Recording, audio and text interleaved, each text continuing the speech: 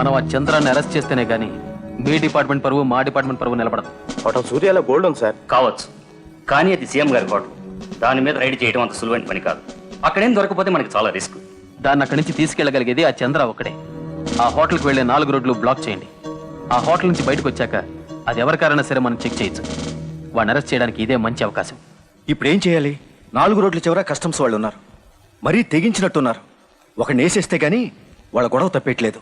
మన వ్యాపారం మన డ్యూటీ, మనల్ని పట్టుకోవడం వాళ్ళ డ్యూటీ. వాళ్ళకంటే మనం తెలివిగా ఉంటే పోలే. తెలియవాడు వచ్చేసాడే. హెలికాప్టర్ వాడిని దించేదాకా సరుకుతో గాల్లో ఎగురుకుంటామే. ఏయ్ ఊరుకో, కమాన్. వాళ్ళు 4 రోడ్లు క్లోజ్ చేశారు. కార్ ఎటు తీసుకెళ్ళినా చెక్ చేస్తారు. నేను కార్ని హ్యాబిట్ సెంటర్ లో రిపేర్ అని ఆపుతా. నీకు డ్రైవింగ్ వచ్చా? గుడ్. అయితే మెకానిక్ డ్రెస్ లో నువ్వు ఆ దర్బార్ షెడ్ లో ఉండు. నేను వచ్చి తీసుకొస్తాను. కార్ నీకు అప్పచెప్తాను. రిపేర్ అయిన కార్ నువ్వు తీసుకెళ్ళు. వాళ్ళని ఎలాగోలా నే డైవర్ట్ చేసి తీసుకెళ్తాను. Be alert. ఓవర్. నా జాతి కళ్ళు కప్పలేరు. ఈ 4 రోడ్ల సెంటర్ లో మీ సెక్యూరిటీని కాపలా పెట్టారు ఎందుకు అని ప్రతిపక్ష నాయకుడు అడగొచ్చా? చాలా ఇంపార్టెంట్ పనిలో ఉన్నా మమ్మల్ని డిస్టర్బ్ చేయకు. నాకు తెలుసు, సీఎం గారి కొడుకు బిజినెస్ ని పట్టాలని ప్లాన్ వేశారు. బాబు నన్ను కూడా మీతో కలుపుకోండి. అతన్ని మీతో పాటు నేను కూడా పట్టించాను అన్న వార్త పేపర్లో పడగానే వాడి పార్టీ పడిపోతుంది, నా పార్టీ అధికారంలోకి వస్తుంది, నా జాతి గర్విస్తుంది. చూడండి, మా క్యాబినెట్ లో మీ ఫోటో పెట్టుకు పూజించుకుంటాం. ఇది మాత్రం పొలిటికల్ మాట కాదు. సరే కామ్గా ఉండు. సార్ కార్ వస్తుంది. కారు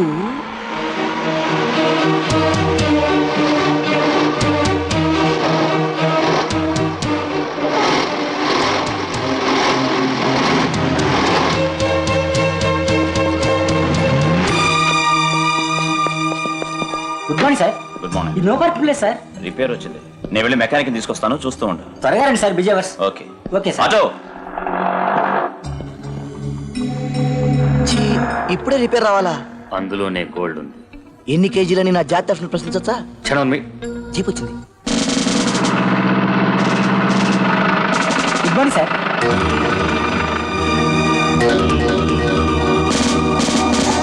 కార్ ఎవరిది నో పార్కింగ్ లో పెట్టారు? సీఎం గారు అబ్బాయి ఫ్రెండ్ సార్. అంటే చంద్రదా? అవును సార్. అయితే నో పార్కింగ్ లో పెట్టాలా? రిపేర్ సార్, మెకానిక్ కోసం వెళ్ళారు. ఇక్కడికి వచ్చాక రిపేర్ వచ్చిందా? అవును సార్. సరే తీయండి. లాక్ చేసింది సార్.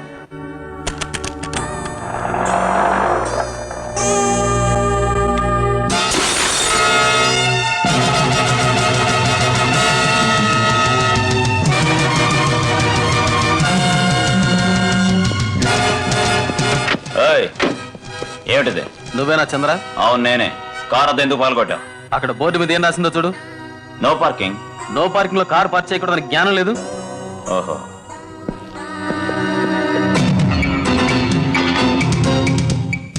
నో పార్కింగ్ లోనే నీ జీపు ఆగుంది కదా, నీ జ్ఞానం లేదా?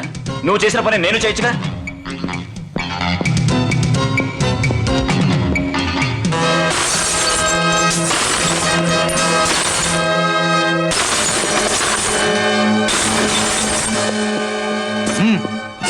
జీప్ ఎక్కు. నాకు తెలుసులే, నేనే వస్తాను.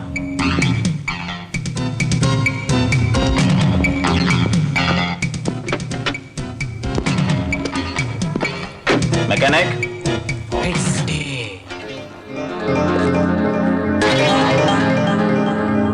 కార్ తీసుకెళ్లి రిపేర్ చేసి బిల్ హోటల్కి పంపించు. Okay sir.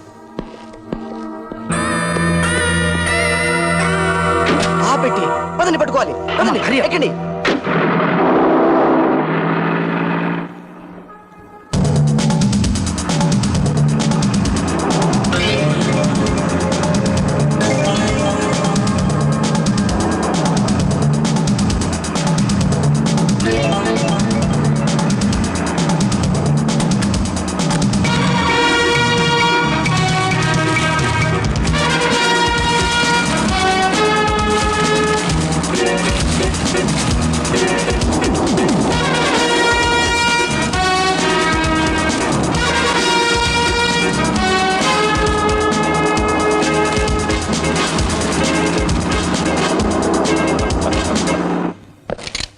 ఆ కుర్రాడి తరఫున నేను క్షమించమని మిమ్మల్ని అడుగుతున్నాను.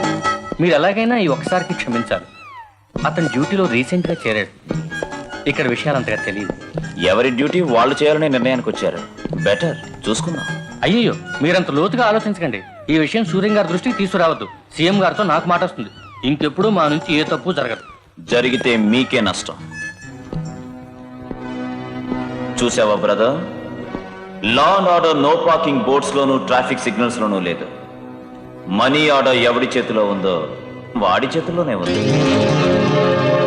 రండి మేడం, ఇక్కడ అన్నిళ్లలోనూ స్మగ్లింగ్ సరుకు దొరుకుద్ది, కానీ మా దగ్గరకు వచ్చే కస్టమర్లకి ఒరిజినల్ దొరుకుతుంది, 100% గ్యారంటీ. రండి. ఒరే అయ్యా, కస్టమర్ మేడం నీ పని నువ్వు చూసుకోరా. రండమ్మా రండి. చూడమ్మా, మన దగ్గర అన్ని ఒరిజినల్సే, డూప్లికేట్స్ అసలు ఉండవు. స్మెల్ ఇటార్ రష్యా, సరే ఇటార్ మన జపాన్, ఇటార్ జర్మనీ, ఇటార్ ఇండియా, ఓన్ ఇటార్ లిబియా. రేట్ ఎంత? Rupees $125, $7 give. ఆ?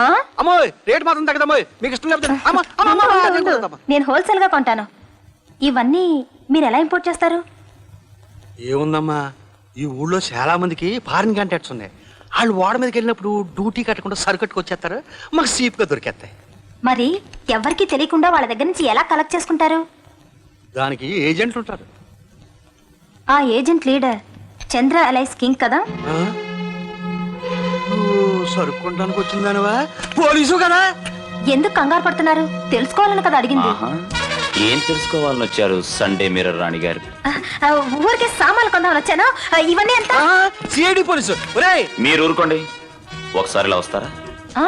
ప్లీజ్?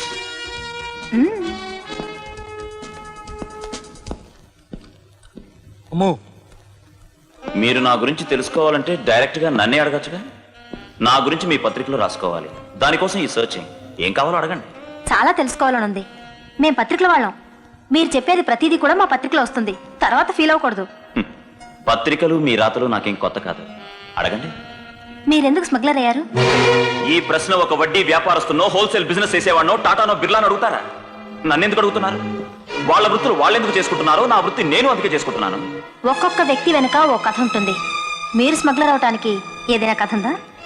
కథ లేకపోవచ్చు, కారణం మాత్రం ఉంది. మీ న్యూస్ పేపర్లో మీ పేపర్ పాపులారిటీ పెంచుకోవడం కోసం హెడ్లైన్స్ లో హీరోలుగా రాసేది ఎవరి గురించి? దాదాలు, గూండాలు, స్మగ్లర్ల గురించేగా. అది చదివిన వారు ఎవరికైనా అలాగే కావాలనిపిస్తుంది. హాజీ మస్తాన్, యూసఫ్ పటేల్, దావూద్ ఇబ్రహీం, వరదరాజు మొదలయ్యారు. వాళ్ళని హీరోల్ని చేసి పుస్తకాలు రాస్తున్నారు, సినిమాలు తీస్తున్నారు. వాళ్ళని మీ పత్రికలే తర్వాత తరానికి మహా వ్యక్తుల్ని చేస్తున్నాయి. మీ పత్రికలే నాకు ఇన్స్పిరేషన్. ఇది గౌరవమైన వృత్తని మీరు ఎందుకు అనుకుంటున్నారు? ఎందుకు కాదనుకుంటున్నారు? టు బి ఫ్రాంక్, స్మగ్లర్ అంటే ప్రతివాడు భయపడతాడు. మినిస్టర్లు కూడా స్మగ్లర్ల పుట్టినరోజు పార్టీల్లో వాళ్లతో చేతులు కలిపి మందు కొడతారు. స్మగ్లర్లు తలుచుకుంటే జైలు తలుపులు తెరుచుకుంటాయి, విమానాలు ఆగిపోతాయి, శిలా విగ్రహాలు వెలుస్తాయి. ఒకవేళ మీలాంటి విలేఖరు రాసిన రాతలకు ఫార్మాలిటీగా మమ్మల్ని జైల్లో పెట్టిన ఏ క్లాస్ జైలు, 5 స్టార్ హోటల్ భోజనం అక్కడ కూడా మాకు రాజలాంఛనాలతో జరుగుతాయి. ఇంతకంటే విలువేముంది? ఇంతకంటే గొప్పేముంది? ధైర్యంగా అడిగారు కాబట్టి నిర్భయంగా చెప్పాను. Am I clear to you? సాయంకాలం లోపు నేను పంపించేస్తాను సార్.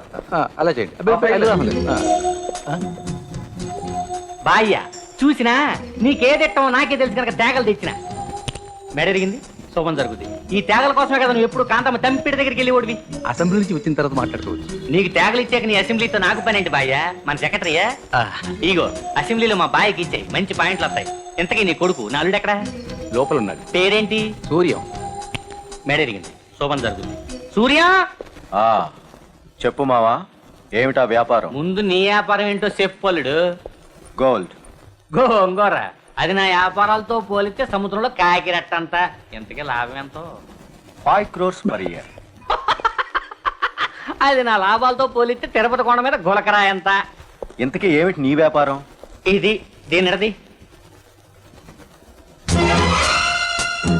ఇది నువ్వు, ఇది నీ బాబు గవర్నమెంట్, ఇది మన వ్యాపారం. అదే ఏమిటా వ్యాపారం? ఏమానం పార్ట్లు కాని ఈనేమా పైపుల వరకు అన్ని డూప్లికేట్ చేస్తున్నాం. అవన్నీ అన్ని స్టేట్లోనూ చదివేశాను. ముఖ్యమైనది మన స్టేట్లో పెట్టాలని వచ్చాను. ఏమిటది?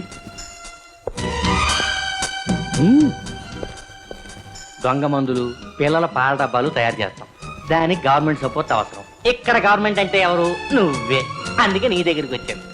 మేడ ఎరిగింది శోభం జరుగుద్ది. షేర్స్ ఎలా? గవర్నమెంట్ సపోర్ట్ నీ పెట్టుబడి. లాభం 50-50. సెకండ్ ఇచ్చుకో. నాకు ఓకే. నా ఫ్రెండ్ చంద్రాన్ని అడగాలి. ఈ బిజినెస్ మనకొద్దు. ఏ ఎందుకనరా? మనం చేసే వ్యాపారం పెద్ద చేతుల మధ్య నడిచే చదరంగం. కానీ దొంగ మందులు, చిన్నపిల్లల తిండితో చేసే వ్యాపారం మనుషుల ప్రాణాలతో ఆడే చెలగాటం. మన బిజినెస్ లో సెంటిమెంట్స్ పనికిరావు. ఇది సెంటిమెంట్ కాదు, మానవత్వం. ఎవడెలా పోతే మనకి, ఎలాగో అలా డబ్బు సంపాదించడమే ముఖ్యం. ఓహో, ఎలాగోలా డబ్బు సంపాదించడం అంటే బ్రోతలు కప్పరి పెట్టుకుందాం. చంద్ర, నువ్వు చెప్పిన బిజినెస్ దానికన్నా నీచమైంది. సూర్యం, మంచికో చెడుకో మన స్నేహితులయ్యాం. నా తెలివితో నీకెంతైనా సంపాదించి పెడతాను.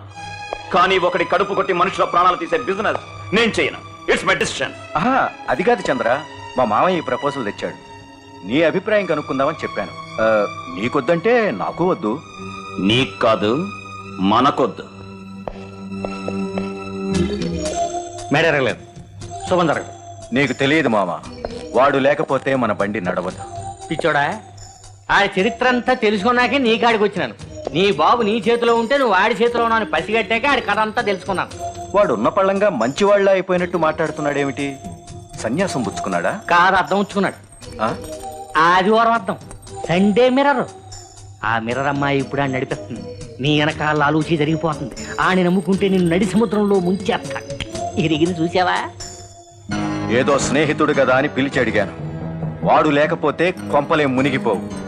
ఈ సూర్యం కూడా సాధిస్తాడని ప్రూవ్ చేస్తాను.